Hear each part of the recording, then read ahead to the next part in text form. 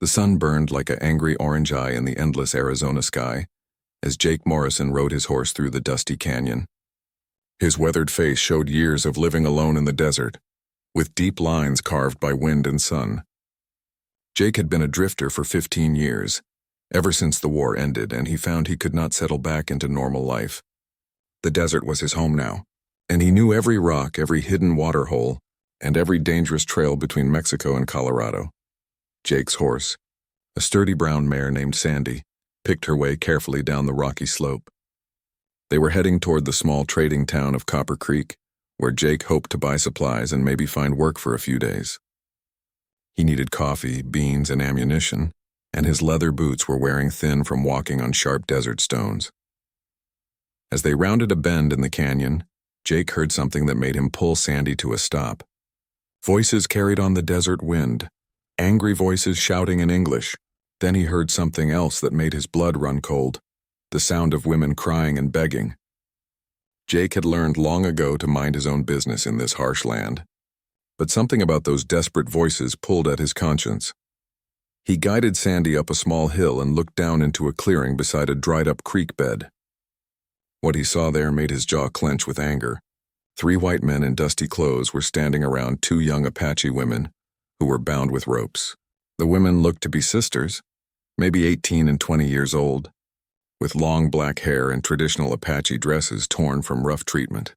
One of the men, a big fellow with a red beard, was tying a rope into a noose while his companions held the women. Jake could see a tall cottonwood tree nearby with thick branches perfect for hanging. The man with the red beard was laughing as he tested the strength of his rope. "These Apache girls killed Sheriff Williams yesterday," the red-bearded man said to his friends. "Judge Parker wants them hanged right here as an example to other Indians who might think about causing trouble." Jake frowned. Something about this situation felt wrong.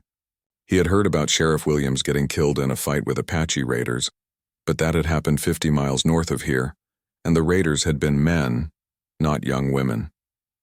These girls looked more scared than dangerous, and Jake had spent enough time around Apache people to know they rarely sent women on war parties. The second man, thin and nervous-looking, wiped sweat from his forehead. "Are you sure about this, Tucker? Hanging women seems harsh even for Apaches."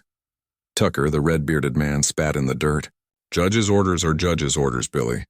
Besides, these savages don't think like civilized people. Their women can be just as dangerous as their men." The third man, older with gray hair, nodded agreement. "Tucker's right. The sooner we clean out all these Indians, the sooner decent folks can live in peace." Jake watched as Tucker threw the noose over a tree branch and tested it again. The 2 Apache sisters hugged each other and spoke softly in their own language. Even from his hiding spot, Jake could see tears on their faces. The younger sister kept looking toward the hills as if hoping someone would come to rescue them. Jake's mind raced as he tried to decide what to do. 3 armed men would be dangerous opponents, especially in open ground with little cover. But he had fought in worse situations during the war, and the thought of watching innocent women die made his stomach turn. Something else bothered him too. Why would Judge Parker order an immediate hanging without a proper trial? In his years of drifting, Jake had learned that frontier justice could be swift, but judges usually wanted witnesses and some kind of legal proceeding. As he watched, Tucker finished preparing the noose and his companions forced the older sister to her feet. She spoke defiantly in Apache, then switched to broken English. "We did not kill your sheriff," she said, her voice shaking but determined. "We were gathering plants for medicine when you found us. We have done no harm to white people." Tucker laughed harshly. "All you people say the same thing when you're caught. Save your lies for the devil, girl."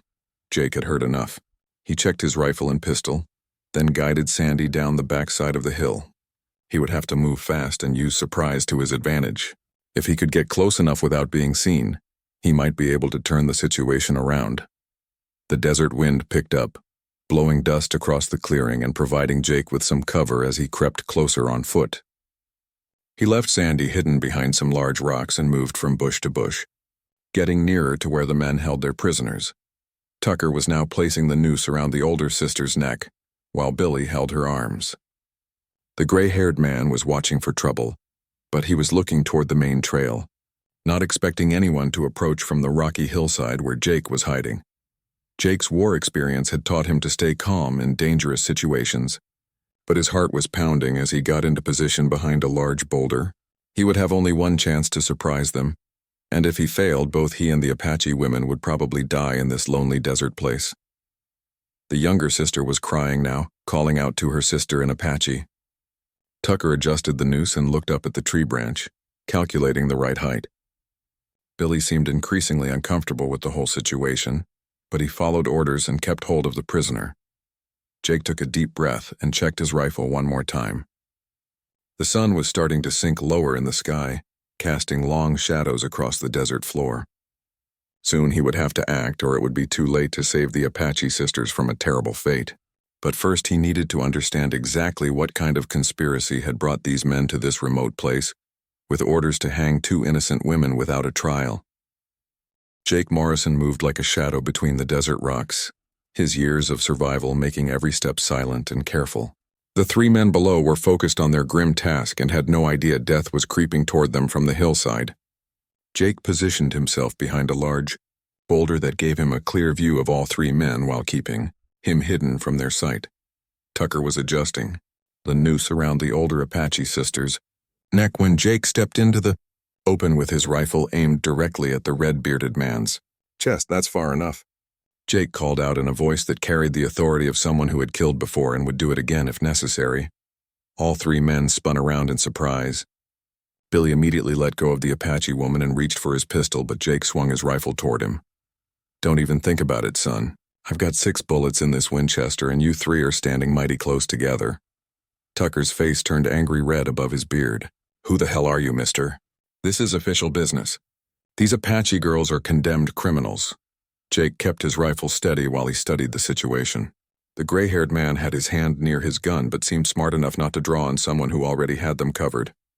The 2 Apache sisters stood together near the hanging tree, hope flickering in their dark eyes. "Official business, you say?" Jake's voice was calm but dangerous. "Funny thing about that. I was in Copper Creek 2 days ago, and Sheriff Williams was killed by a war party of Apache men about 50 miles north of here. Strange how those men turned into 2 young women way down here in the desert." Billy shifted nervously from foot to foot. "We got our orders from Judge Parker himself. He said these girls were identified by witnesses." "What witnesses?" Jake asked, though he was beginning to understand what was really happening here. "Who exactly identified 2 Apache women as the killers of a sheriff they never could have reached in time?" The gray-haired man, who had remained silent until now, finally spoke up. "Look here, stranger. You're interfering with legal justice. These people are all alike. They raid and kill and then claim innocence when they're caught." Jake had heard similar words from men who wanted to justify their hatred and greed. During his years as a drifter, he had seen how some white settlers used any excuse to drive Apache families from land they wanted for themselves. "Legal justice," Jake repeated slowly. "Tell me something. Did Judge Parker give you written orders for this hanging? Or did someone else tell you what the judge wanted?" Tucker's eyes shifted slightly and Jake knew he had hit upon something important. In his experience, men with legitimate authority carried proper papers and were proud to show them. Men on dirty business usually relied on verbal orders that could be denied later. "The judge don't need to write everything down," Tucker said, but his voice lacked conviction. "Mr. Dalton came straight from the courthouse and told us what needed doing." Jake filed away the name Dalton for future consideration. "And where exactly is this hanging supposed to take place? Seems odd to execute prisoners in the middle of nowhere, instead of in town where folks can witness justice being done." The older Apache sister, who had been listening carefully to this conversation, spoke up in clear English that surprised all the white men. "This man Dalton promised our father he would give us safe passage to the reservation if we agreed to move our family from the canyon where we have always lived. When we met him as arranged, these men were waiting to capture us." Jake felt pieces of the puzzle falling into place. Land grabbers often used fake legal orders to remove Apache families from valuable property. The girl's father had probably trusted Dalton's promises, not knowing his daughters were walking into a trap. "Shut up, girl," Tucker shouted, raising his hand as if to strike her. "Nobody asked you to speak." Jake's rifle swung back toward Tucker. "Keep your hands to yourself, Redbeard. I'm starting to think there's more to this story than you want me to hear." Billy was sweating heavily now and looked like he might be sick. "Tucker, maybe we should take these girls back to town and let the judge decide what to do with them proper-like." "No." Tucker snapped. We got our orders and we're going to carry them out. This drifter can't stop all three of us if we rush him together. But Jake had positioned himself well, with rocks protecting his flanks and clear shooting lanes to all three men. More importantly, he had the calm confidence of someone who had survived many violent encounters. Try it if you want, Tucker, but I guarantee you'll be the first one to die, and your friends will be right behind you. The gray-haired man stepped slightly away from his companions. Now hold on, everybody. Maybe we can work something out here without anybody getting killed. Jake studied the man's face and saw calculation rather than fear. This one was thinking about how to turn the situation to his advantage, which made him more dangerous than the hot-headed Tucker or the nervous Billy. What's your name, old-timer? Jake asked. Colby. Frank Colby. I used to be a sheriff myself before I retired. Then you know the law, Colby. You know that legal executions require proper documentation and witnesses. You also know that hanging women without a trial is murder, no matter what somebody told you about Apache raiders. Colby nodded slowly. You make valid points, stranger. Perhaps we acted too hastily based on incomplete information. Jake didn't trust Colby's sudden reasonableness, but he needed to get the Apache sisters away from the hanging tree before the situation got worse. The sun was getting lower, and darkness would favor the three men who knew each other's movements. Here's what's going to happen, Jake announced. Billy, you're going to untie these women and step away from them. Tucker, you're going to remove that noose from the tree and throw it on the ground. Colby, you're going to keep your hands where I can see them and explain to me exactly who this Dalton is and why he wants these particular Apache women dead. And if we refuse? Tucker asked with a sneer. Jake's smile was cold as winter wind.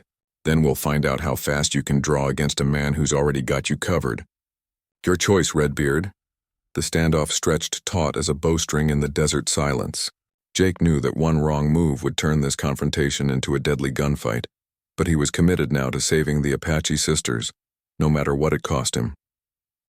The desert wind whistled through the canyon as the four men faced each other in deadly silence. Jake could see Tucker's hand twitching near his gun, while Billy looked ready to collapse from fear. Frank Colby remained calm, but his eyes were calculating every angle of escape or attack. Time's running out, gentlemen, Jake said quietly. Make your decision. Billy broke first. With shaking hands, he stepped toward the Apache sisters and began untying their bonds. I don't want no part of murdering women, he muttered. This whole thing has gone too far. Tucker's face flushed with rage. Billy, you yellow coward. We got orders. Orders from who? Jake pressed. I'm still waiting to hear about this mysterious Dalton and why he wants these women dead. Frank Colby cleared his throat and spoke in a measured tone. James Dalton owns the largest ranch in the territory. He's been buying up land for cattle grazing, and he needs water rights to make his operation profitable. The older Apache sister, now freed from her ropes, rubbed her wrists and spoke with quiet dignity. Our people have lived in Willow Canyon for many generations. There is a spring there that never runs dry, even in the worst drought years. Jake nodded, understanding the situation better now. Water was more valuable than gold in the desert, and men had killed for much less than a permanent spring. Let me guess, Jake said to Colby. Dalton made an offer for the canyon. The Apache family refused to sell, and now he's decided to take it by force. The law says Apache people got no legal right to own land, Tucker argued. Dalton's just claiming what should belong to white folks anyway. Jake had heard this argument before from land grabbers and claim jumpers. The law also says you can't hang people without a trial, but that didn't seem to bother you much. The younger Apache sister moved closer to her sister and whispered something in their language. The older girl nodded and turned to Jake. My name is Ayana, and this is my sister Kiona. Our father, Chief Standing Bear, agreed to meet with Dalton to discuss moving our family to the reservation. Dalton promised safe passage and said he only wanted to talk about fair compensation for the land. But it was a trap, Jake concluded. Yes, Dalton's men were waiting when we arrived at the meeting place. They killed our father's horse and shot him in the leg when he tried to protect us. We escaped into the rocks, but these three caught us the next morning. Jake felt his anger building as he imagined the scene, an honorable chief trying to negotiate peacefully, only to be ambushed by greedy men who wanted his family's ancient homeland. Where's your father now? Jake asked. We do not know. He was wounded and on foot when we last saw him. He told us to run and find help. But there was nowhere to go in this empty desert. Tucker had been listening to this conversation with growing impatience. None of this matters. Dalton pays us good money to keep Indians off his land, and that's exactly what we're going to do. Jake swung his rifle back toward Tucker. The only thing you're going to do is mount up and ride back to whatever hole you crawled out of. Like hell. Tucker went for his gun. Jake's rifle cracked like thunder in the desert air. Tucker's pistol flew from his hand as a bullet shattered his wrist. The red-bearded man screamed and fell to his knees, clutching his wounded arm. Billy threw his hands up high. "Don't shoot! I surrender! I don't want any part of this." Frank Colby had not moved during the shooting, but his eyes showed new respect for Jake's skill with a rifle. "That was impressive shooting, mister. Most men couldn't make that shot under pressure." "I've had plenty of practice," Jake replied, keeping his rifle ready. "Now let's talk about this Dalton character and his plans for Willow Canyon." Colby seemed to weigh his options before speaking. "Dalton's been buying or taking land all across this territory for the past 2 years. He's got connections with politicians and judges, and he always makes sure his actions look legal on paper. Even when they involve murdering Apache families, Dalton doesn't get his own hands dirty. He hires men like us to handle the unpleasant details. Then if something goes wrong, he can claim he never ordered anything illegal." Jake was beginning to understand the scope of Dalton's conspiracy. A wealthy rancher with political connections could manipulate the legal system to steal Apache land while appearing to follow the law.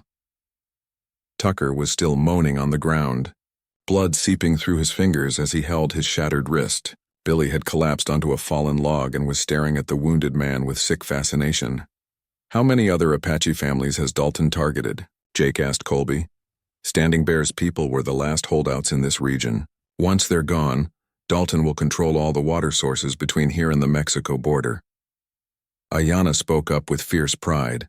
"Our father will never give up Willow Canyon. It is sacred ground where our grandparents are buried. That's why Dalton decided to eliminate your family instead of buying you out," Jake realized. "Dead Apache can't claim water rights." Colby nodded grimly. Dalton figured if Standing Bear and his daughters disappeared, he could claim they abandoned the land voluntarily. Who would question the word of a respected rancher against some missing Indians? Jake felt the pieces of Dalton's plan falling into place. It was a clever scheme that used legal technicalities and frontier prejudices to cover up murder and theft. But now that he knew the truth, Jake was determined to stop it. "Here's what's going to happen," Jake announced. "Colby, you're going to help me get Tucker patched up so he doesn't bleed to death. Then you're all going to ride back to Dalton and tell him his plan failed." "He'll kill us for not following orders," Billy protested. "That's better than me killing you for trying to hang innocent women," Jake replied. "Besides, I think Mr. Dalton is going to have bigger problems to worry about real soon." Ayanna looked at Jake with curiosity. "What do you mean?" Jake smiled grimly as he began to form a plan. "I mean, we're going to find your father and then pay a visit to this Dalton fellow. It's time someone taught him that Apache people aren't as defenseless as he thinks." The sun was sinking lower toward the western mountains, painting the desert in shades of red and gold. Jake knew they would need to move soon if they were going to find Standing Bear before dark, but first he had to make sure Tucker wouldn't die from his wound and turn this rescue into a murder charge. Jake forced Frank Colby to bandage Tucker's wounded wrist while keeping his rifle ready for trouble. The red-bearded man had lost some blood but would survive if he got proper medical attention. Billy sat on a rock looking pale and shaken, clearly regretting his involvement in Dalton's scheme. "There's a doctor in Copper Creek," Jake told Colby. "Get Tucker there fast and maybe he'll keep that hand." Tucker glared at Jake through his pain. "This ain't over, Drifter. Dalton's got 20 men working for him and they'll hunt you down like a dog." "Let them try," Jake replied calmly. "I've been hunted by better men than Dalton's hired guns." After the 3 men rode away toward town, Jake turned his attention to finding Standing Bear. The Apache sisters led him to the place where their father had been ambushed, a rocky area near a dried creek bed about 2 miles from the hanging tree. Ayanna knelt beside dark stains in the sandy ground. "This is where Father's horse was shot. He crawled behind those boulders when the shooting started." Jake examined the area carefully, using tracking skills he had learned during his army days. Boot prints and horse hooves told the story of the ambush, but more importantly, he found a trail of blood drops leading away from the rocks toward higher ground. "Your father headed into the hills," Jake observed. "He's wounded but still moving. That's a good sign." Kiona, the younger sister, pointed toward a distant ridge. There is a hidden cave up there where our people sometimes shelter during storms. Father might have gone there to hide. The three of them began climbing the rocky slope as the desert sun painted the western sky in brilliant orange and red. Jake's horse Sandy picked her way carefully over loose stones, while the Apache sisters moved with the natural grace of people, born to this harsh landscape. They found Standing Bear in the cave. Kiona had remembered, weak from blood loss but still alive. The Apache chief was a man in his 50s with silver-streaked hair and intelligent eyes that missed nothing. Despite his wound and exhaustion, he maintained the dignity that marked him as a leader among his people. Father, Ayana rushed to his side and began examining his injured leg. The bullet had passed through his thigh without hitting bone, but infection was already setting in from the dirty bullet. Standing Bear studied Jake with curious eyes. "Who is this white man who travels with my daughters?" Ayana quickly explained how Jake had saved them from hanging and learned about Dalton's conspiracy to steal their land. Standing Bear listened without interruption, his face growing grimmer with each detail. "This Dalton has been patient like a stalking mountain lion," Standing Bear said when his daughter finished. "First he tried to buy our land with promises of gold. When we refused, he offered to relocate us to better hunting grounds. Now he shows his true nature." Jake cleaned and rebandaged the chief's wound using supplies from his saddlebags. "How many people are in your band, Chief?" 12 adults and 8 children. "We are not a war party. Only families who wish to live in peace on the land of our fathers." "Where are they now?" "Hidden in a secret canyon 2 days' ride from here. They wait for word from me about Dalton's offer." Jake considered their options as darkness fell over the desert. Dalton clearly intended to eliminate Standing Bear's entire band to clear the way for his land grab. With his political connections and hired guns, the corrupt rancher had the power to make Apache families disappear without legal consequences. "We need to get you back to your people," Jake told Standing Bear. "But first we have to deal with Dalton before he sends more men after your family." "What do you propose?" the chief asked. "Dalton thinks he's been clever using fake legal orders and hired killers to steal your land. But his whole scheme depends on keeping his own hands clean and maintaining his reputation as a respectable rancher." Ayana understood immediately. "You want to expose his crimes publicly?" "Exactly. If we can prove Dalton ordered the murder of your family, his political friends won't be able to protect him." Standing Bear shifted painfully as he considered Jake's words. "How can we prove anything against a man with so much power?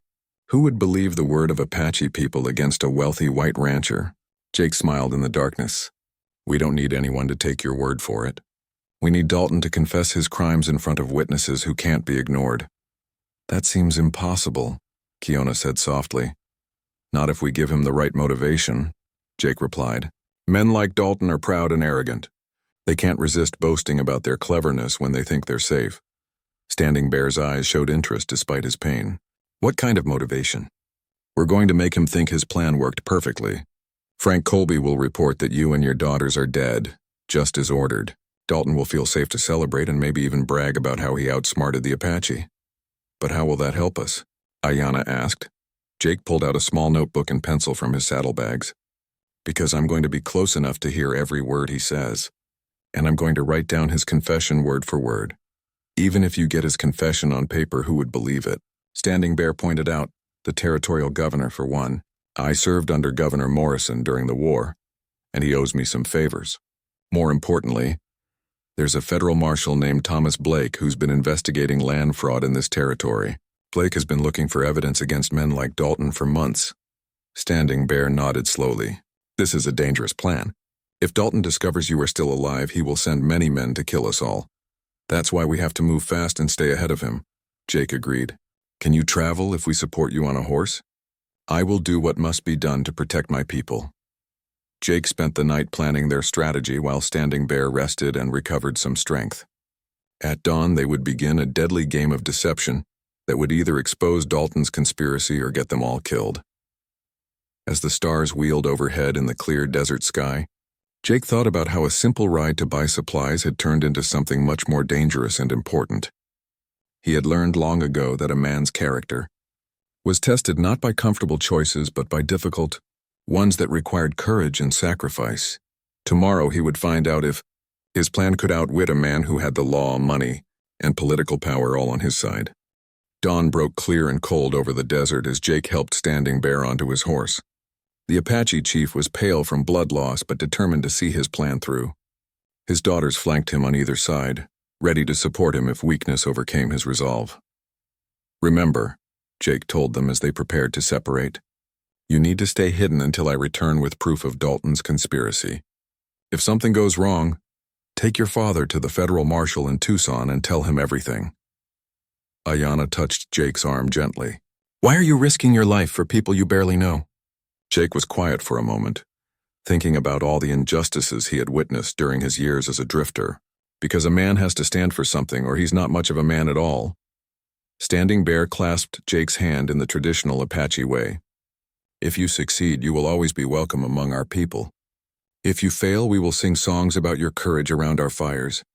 Jake mounted Sandy and rode toward Copper Creek, where he hoped to intercept Frank Colby before the former sheriff reached Dalton with news of the failed hanging. The morning sun climbed higher as Jake pushed his horse hard across the desert, knowing that timing would be crucial to his plan's success. He found Colby's tracks on the main trail and followed them to a waterhole where the three men had stopped to rest their horses. From the signs in the dirt, Jake could tell they were only an hour ahead of him. Tucker was slowing them down with his wounded wrist, giving Jake a chance to catch up. Jake approached the waterhole carefully, using rocks and scrub brush for cover. He could hear Tucker complaining loudly about the pain in his wrist while Billy tried to convince him to see the doctor in town before reporting to Dalton. "We got to tell Mr. Dalton what happened," Colby was saying. "He don't like to be kept waiting for news." "Tell him whatever you want," Tucker groaned. "I need a doctor and some whiskey in that order." Jake stepped out from behind a boulder with his rifle ready. "Hello again, gentlemen. Having a pleasant morning?" All three men spun around in surprise. Colby reached for his gun but stopped when Jake's rifle swung toward him. "Easy, Frank. I'm not here to shoot anybody unless you make me." "What do you want?" Colby asked warily. "I want you to deliver a message to Dalton exactly the way I tell you. Are you willing to listen?" Tucker struggled to his feet, his face twisted with pain and anger. "I ain't doing nothing to help you, Drifter." Jake's rifle barrel shifted slightly toward Tucker. "You can help me or you can stay here permanently. Your choice." Billy stepped forward nervously. "What kind of message?" "You're going to tell Dalton that his plan worked perfectly. Standing Bear and his daughters are dead, buried in an unmarked grave out in the desert where nobody will ever find them." Colby frowned. "Why would you want us to lie about that?" "Because I want Dalton to feel safe enough to celebrate his victory. Men get careless when they think they've won. And then what?" Colby pressed. Jake smiled coldly. "Then I'm going to pay Mr. Dalton a visit and hear him confess to his crimes." "He'll have guards around him," Billy pointed out. "You can't just ride up to his ranch and demand a confession." "I'm not planning to ride up to his ranch. I'm planning something much more subtle." Jake explained his plan while the three men listened with growing amazement. It was audacious and dangerous, but it might be the only way to expose Dalton's conspiracy before he killed more innocent people. "You're completely insane," Tucker said when Jake finished explaining. "Maybe, but I'm also your best chance of staying alive. If Dalton finds out you let his prisoners escape, what do you think will happen to you?" Colby understood immediately. "He'll kill us to cover his tracks." "Exactly. But if you deliver my message and play your parts correctly, Dalton will never know you failed him." The three men exchanged worried glances. They were trapped between Jake's threats and Dalton's expectations, with no good options available. "What guarantee do we have that you won't double-cross us?" Colby asked. "You don't have any guarantees," Jake replied honestly. "But you know what will happen if you don't help me. Dalton will get rid of you as soon as you become inconvenient." Billy nodded reluctantly. "He's right, Frank. Dalton don't care about us. We're just tools to him." After more discussion, the three men agreed to follow Jake's plan. They would report to Dalton that Standing Bear and his daughters had been executed as ordered, then wait for Jake to make his move. Jake watched them ride toward Dalton's ranch before turning Sandy back toward the hills where he had left the Apache family. He had about 6 hours before Colby would deliver the false report, and he needed to be in position when Dalton received the news. The ride to Dalton's ranch took Jake across some of the most beautiful and dangerous country in the Arizona territory. Red rock canyons carved by ancient rivers created a maze of hiding places and natural fortifications. It was perfect country for Apache warriors. which explained why they had been able to resist the army for so many years. But it was also perfect country for a lone man who needed to get close to his enemies without being seen. As the sun reached its peak, Jake found a high ridge overlooking Dalton's sprawling ranch headquarters. Through his spyglass, he could see a large adobe house surrounded by bunkhouses, corrals, and outbuildings. At least a dozen men moved around the property, some tending horses while others cleaned weapons or performed other tasks. Jake counted the guards and studied their positions, looking for weaknesses in Dalton's security. The ranch was well defended against a direct attack, but Jake wasn't planning to fight his way in. He was planning to sneak in, get the evidence he needed, and slip away before anyone knew he had been there.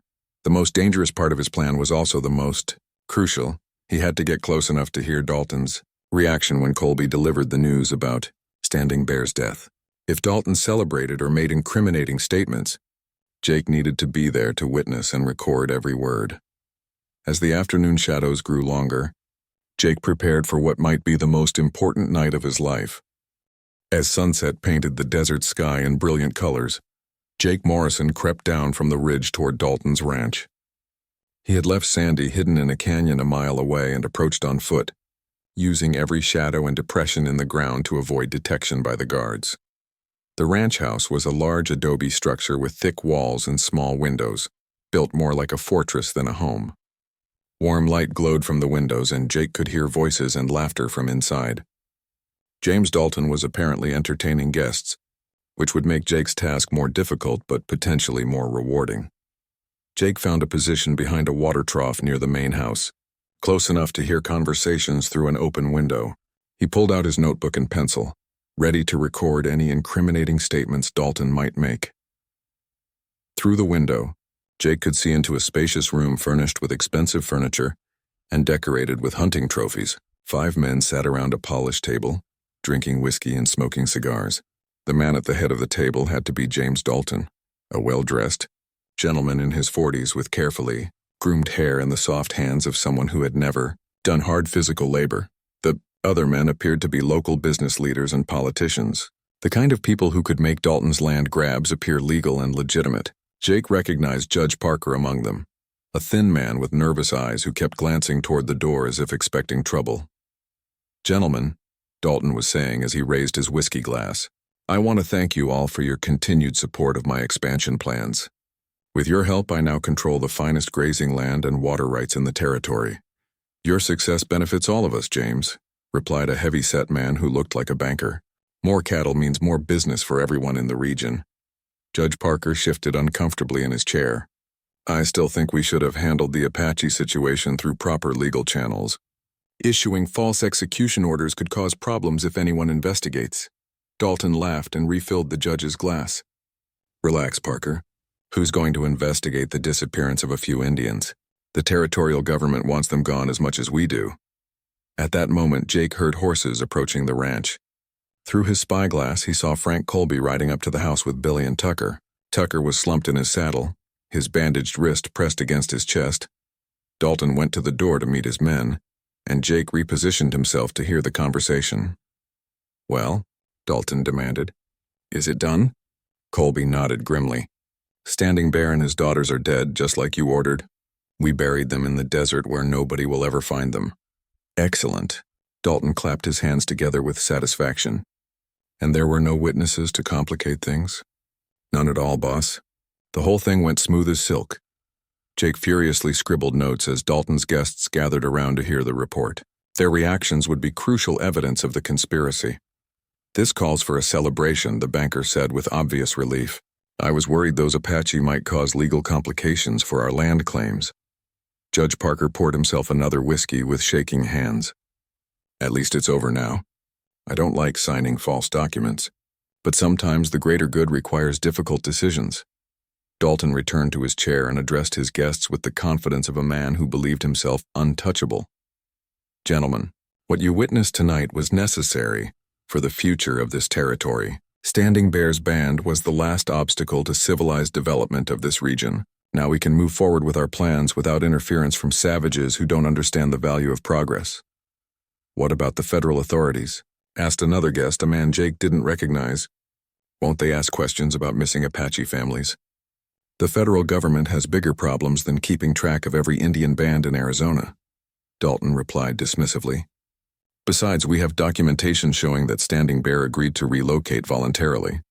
If anyone asks, we'll say they simply moved on to join relatives in Mexico.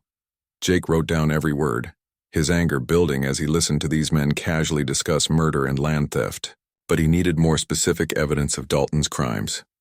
James, Judge Parker said nervously, maybe we should discuss the details of these arrangements privately. Some things are better left unspoken in mixed company.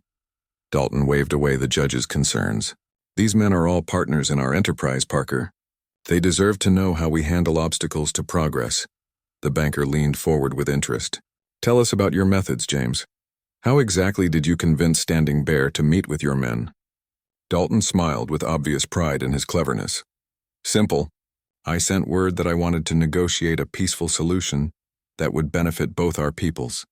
I offered him gold and promised safe passage to the reservation for his entire band. But you had no intention of honoring those promises, the unknown guest observed. Of course not. The only good Indian is a dead Indian, as they say. But Standing Bear didn't know that until it was too late. Jake's pencil moved rapidly across the paper as Dalton continued his boastful confession. The beauty of my plan was its simplicity.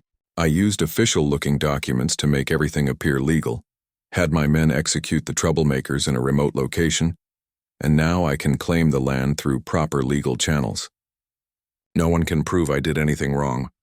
What about the execution orders you had me sign? Judge Parker asked anxiously. Burned as soon as they served their purpose, Dalton assured him.